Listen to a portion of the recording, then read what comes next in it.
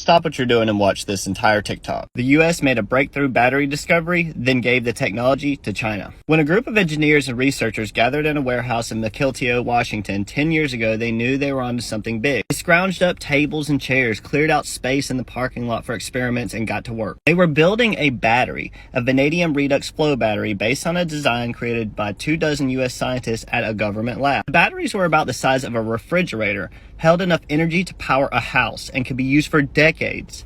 The engineers pictured people plunking them down next to their air conditioners, attaching solar panels to them, and everyone living happily ever after off the grid. It was beyond promise, said Chris Howard, one of the engineers who worked there for a US company called Uni Energy. We were seeing it functioning as designed, as expected. But that's not what happened. Instead of the batteries becoming the next great American success story, the warehouse is now shuttered and empty. The Chinese company didn't steal this technology. It was given to them by the US Department of Energy. First in 2017 as part of a sub-license, and later in 2021 as part of a license transfer. An investigation by NPR and the Northwest News Network found the federal agency allowed the technology and jobs to move overseas, violating its own licensing rules while failing to intervene on behalf of U.S. workers in multiple instances. Now China has forged ahead, investing millions into the cutting-edge green technology that was supposed to help keep the U.S. and its economy out front. Department of Energy officials declined NPR's request for an interview to explain how the technology that cost U.S. taxpayers millions of dollars ended up in China. After NPR sent out department officials written questions about outlining the timeline of events, the federal agency terminated the license with the Chinese company.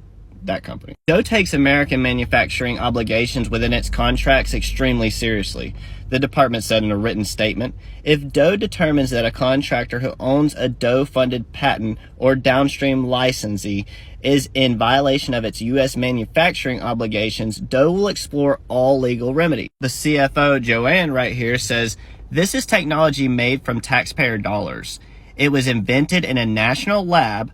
Now it's deployed in China, and it's held in China. To say it's frustrating is an understatement." The idea for this vanadium redox flow battery began in the basement of a government lab 3 hours southeast of Seattle called Pacific Northwest National Laboratory. It was 2006, and more than 24 scientists began to suspect that a special mix of acid and electro... I'm about to head back home. If y'all want a part 2, just comment. I'll be happy to. The vanadium redox flow battery is ours. We need it back. Help me bring this to light.